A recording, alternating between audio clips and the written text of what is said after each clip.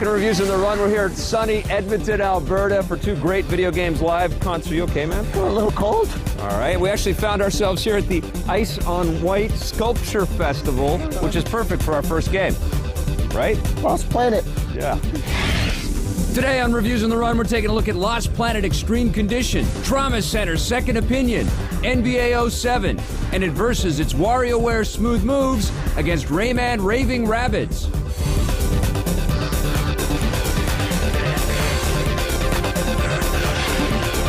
Some of the games we look at on Reviews in the Run are intended for a mature audience. Please pay attention to each game's ESRB rating. Let's talk about Lost Planet. This one's from Capcom for the Xbox 360. And this is from the same guy that keeps delivering great games. He brought us Dead Rising. I think his name is Keiji Inafune. Dead Rising.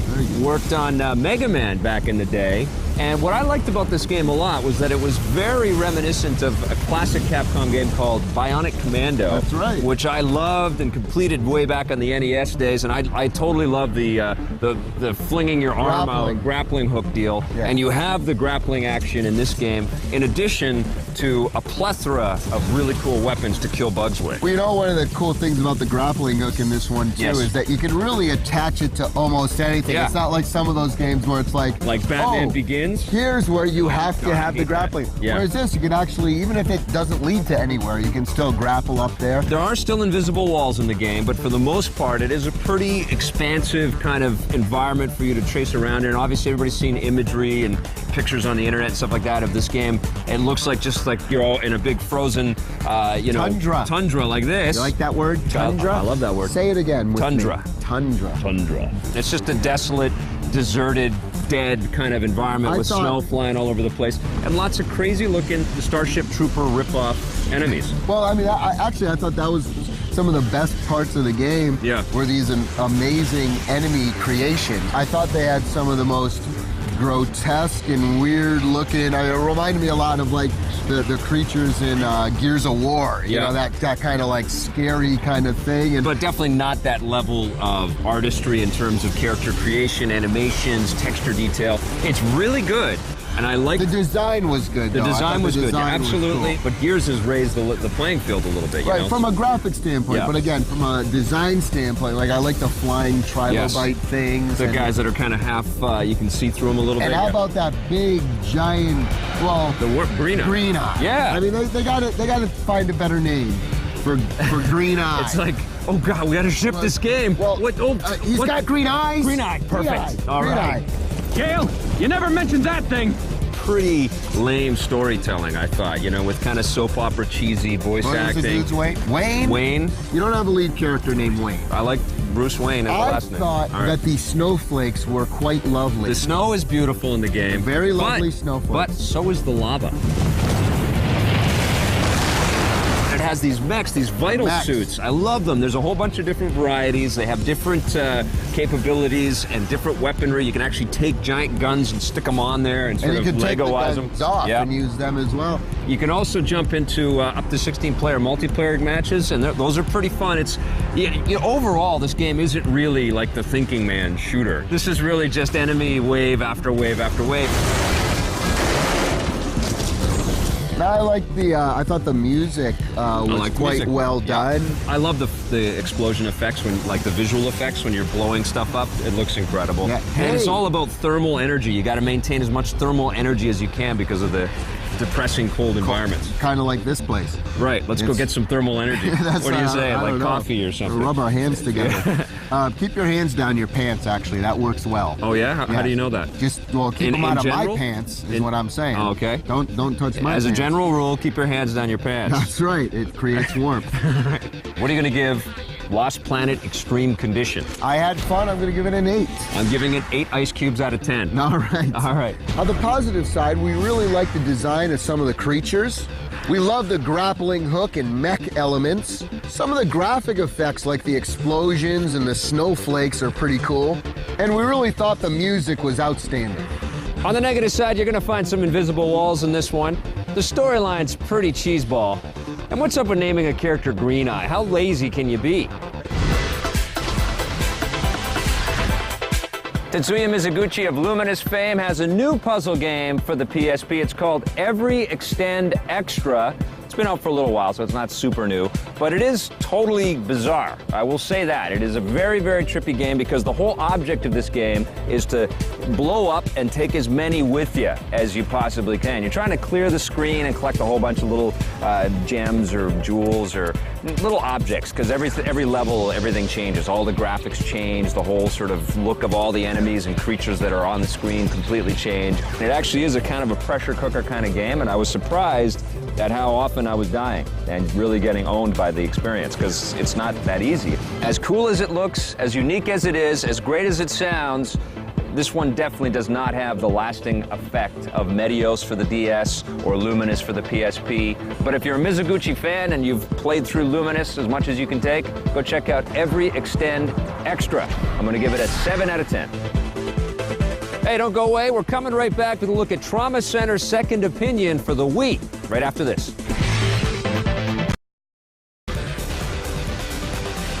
Hey, welcome back. We're still surrounded by the beautiful ice sculptures here at Ice on White in Edmonton. And you're still a bit cold, aren't you? I'm cold. Yeah, I bet you are. All right, we're talking about Trauma Center's Second Opinion for the Wii. This is developed by Atlas, and a lot of you guys probably remember Trauma Center on the DS. It was a pretty big success for having kind of an obscure idea of actually playing a surgeon having to be challenged by all these different operations that you have. It was almost like the old board game operation. Well, not only that, but you know, if you remember way back when in television, I know you're not a television boy, but Nope. Microsurgeon. There you go. Trauma Center on the Wii obviously takes advantage of the Wiimote controller, and you're actually having to go in and make incisions and use the A and the B buttons together to almost like tongs and tweezers when you're grabbing malignant tumors and stuff like that off of it's gross. One of my big problems with the game is that it is so kind of big-headed anime and cheeseball freaking. Oh, the story's ridiculous. Yeah, the story. That's a problem for me. We talked about the soap opera in Lost Planet. This is worse than General Hospital, and you know it's cheeseball. Draw me into the storyline though, and make it a AAA game. Absolutely, because the idea behind the story is pretty great. cool. Because you're playing a doctor who's had lots of self-doubt, and he doesn't know if he's good enough to be a surgeon. He's got all these different challenges, and you realize that it's more than just operating on people. You actually have to have a bedside manner and talk people down. I had more fun on the DS version for one main reason, because you do a lot of stitching in the game. Yes. And on the DS, it was so much easier to just draw the stitches. It's a little tricky. Whereas here, it's very your stitches sloppy, end up going all over the place. Difficult. And actually, that's a problem. And for the people that actually played this on the DS, this isn't really a sequel. It's more like a retelling or a remake of the DS game. And the visuals, like Tommy says, you know, they're not great. I mean, they could have been done years ago. Widescreen mode. It's not widescreen. It's not 480p. Not even 480p. So what did you think of the music in the game? The kind of lounge kind of. What do you think I thought of it? Well, it's memorable. Oh, is it? You shan't forget. Yes, you how you shan't is the right word, except take out the N.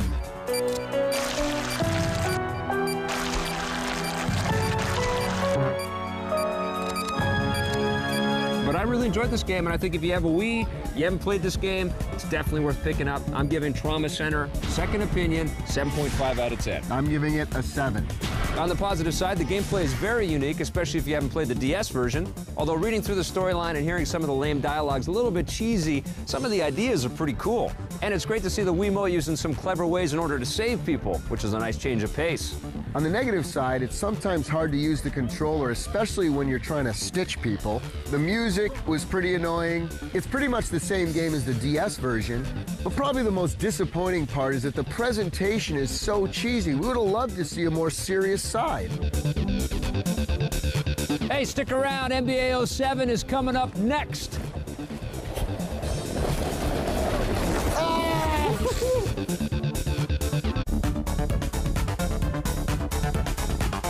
Hey, welcome back. We're talking now about Sony's big basketball title for the PlayStation 3. It launched with the system. It's been heavily hyped with its 1080p, 1080 progressive scan resolution. 60 frames a second. Yes, it's called NBA 07. It's a very imaginative title.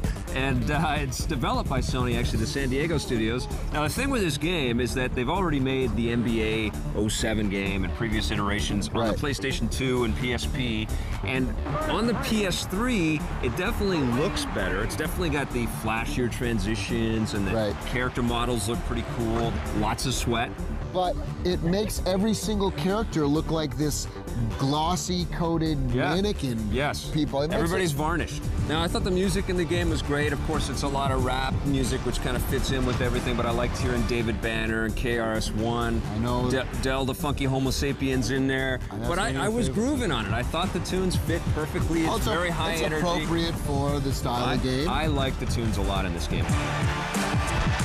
Now, they do have one really cool feature in this game that I was really impressed. The replay. It's NBA replay. And what they've done is they've taken some of the key weeks from the previous season in the NBA, and they let you kind of live out these cool moments within games. So they might set you up in the fourth quarter and you have a bunch of points to get within a certain amount of time. Or like if you're playing with Steve Nash, you got to get a bunch of assists or something before the time runs out. Honestly, that was my favorite part of the game. I also like the mini games. I like the skills competition where you're weaving in and out of the arrows and you're passing, not only doing the three-point shots, you get that in there as well. Or the hot spot part where you have to go to the things and shoot.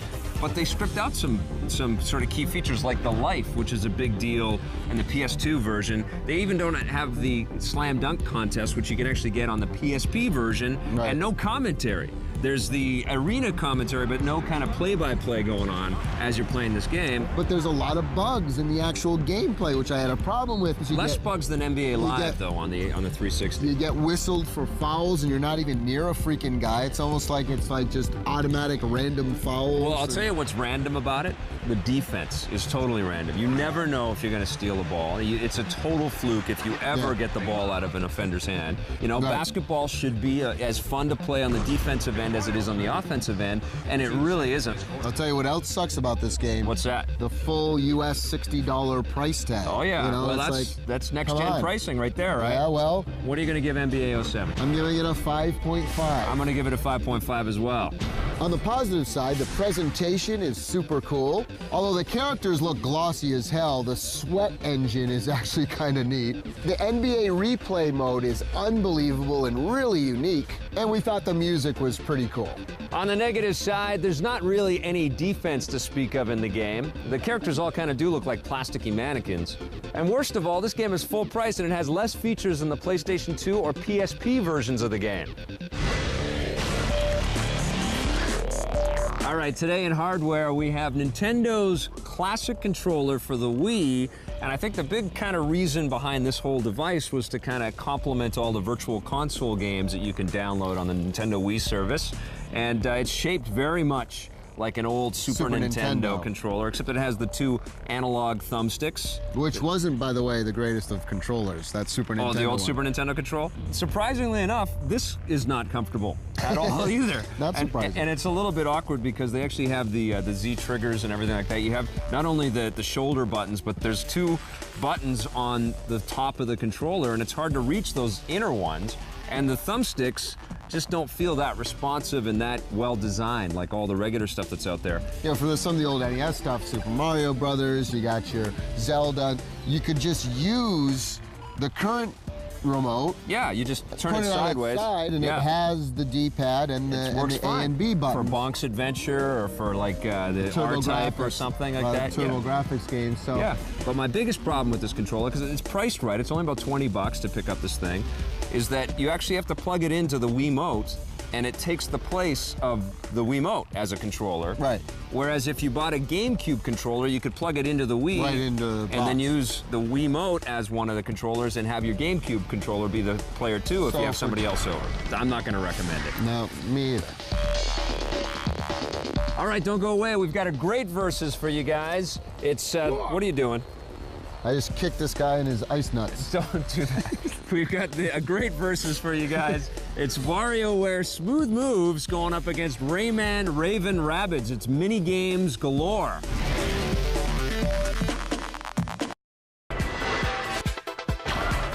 Welcome to the hit list. Here are 5 of our favorite next-gen sports games. Number 5 is NHL 07. Number 4, Rockstar Presents Table Tennis. Number 3, NBA 2K7. Number 2, Wii Sports. And number 1, Fight Night Round 3.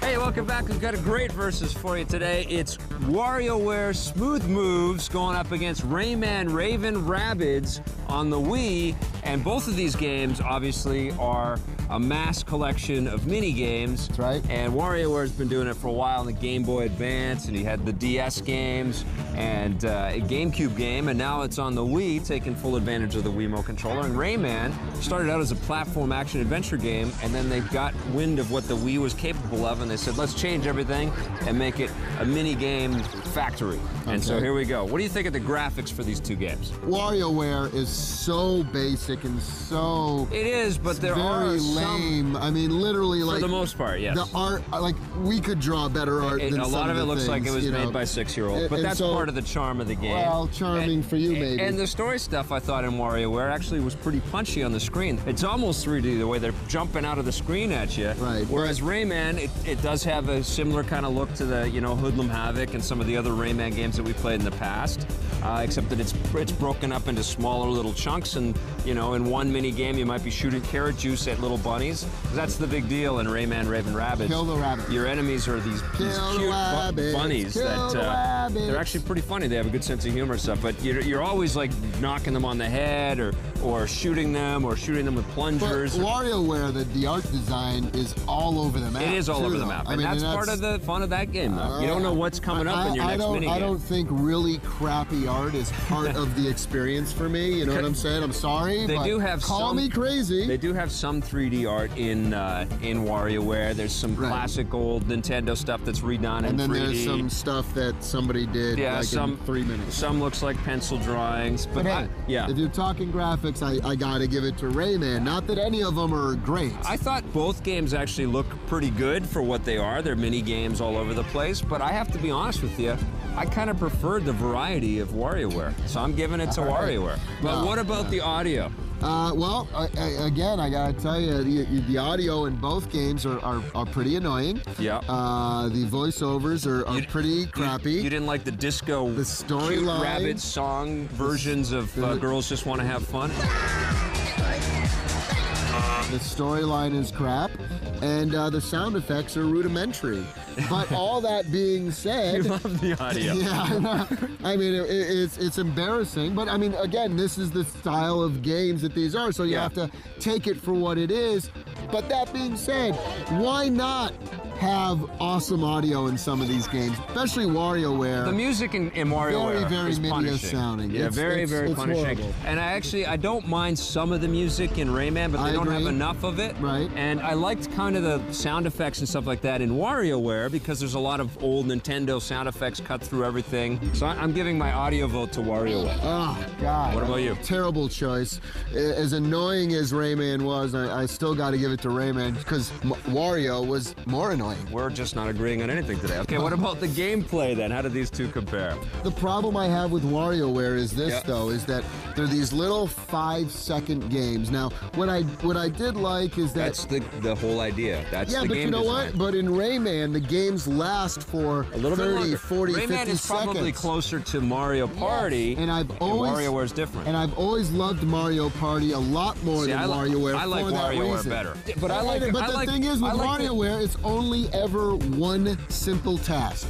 Yes. One thing. Find the guy on the screen. Okay, I did. Or put the apple in the barrel or something like that. Whereas, but in Rayman, Raving Rabbids, you're doing the same kind of actions over there. I mean, there's lots of like shaking something and then squirting people with stuff. Like the Western area, there's so much. They only have the two kind of boss kind of level things, which bug the hell out of me. You have the ride the rails, shoot the plunger stuff, or you have the race on the hogs kind of thing. And both of them are pretty fun, but they could have had more of those kinds of things. I'm giving gameplay to WarioWare, mostly because of the diversity. I think I agree with you that it's more diverse, but I had more fun playing Rayman. So overall, you like Rayman? Overall. And I like WarioWare. What are you going to give WarioWare Smooth Moves? I'm giving that a 5.5. 8.5 from me. Go. Rayman, Raving Rabbids. A 6. 7.5. There you go. It's a death match of mini games. You get we it. came out. That's We what an came out 8.5. split on the decision. He's liking Rayman. I'm liking WarioWare. If you've got a Wii, you got to try at least one of these guys out. Today on the show, we took a look at Lost Planet Extreme Condition. We love the special effects, the grappling hook, and the mech action in this one, but invisible walls and a boss named Green Eyes seem pretty lazy to us. Trauma Center's Second Opinion. The gameplay is unique and it's fun to save folks, but the game is pretty much a direct port of the DS experience. NBA 07. The presentation is slick and we love the NBA replay mode, but there's no real defense to speak of, so it's only half a game. In Versus, it was WarioWare smooth moves. The overly simple, fast, and diverse minigames aren't great on their own, but the sheer amount of them is very impressive. Against Rayman, Raving, Rabbids, the visuals and sounds effectively punch up the humor in the game, but there could have been a little more variety in the minigames. Both minigame collections are decent, but Tom and I were split on them. I much preferred WarioWare, while Tommy was a bigger fan of Rayman. Our Rogers Video Game of the Week is Lost Planet Extreme Condition. Go lick that. Okay. First game we're going to talk about is Lost Planet for the Xbox 3. Oh my God, he really licked it. All right, well, that's a wrap. He had problems with his kidneys, and I was trying to give him a vasectomy. Oh, yeah? You know what I'm saying? You went right there, didn't you? It went sliced right through his gonads. Gee, that doesn't surprise me one bit. No, but it was fun. Oh.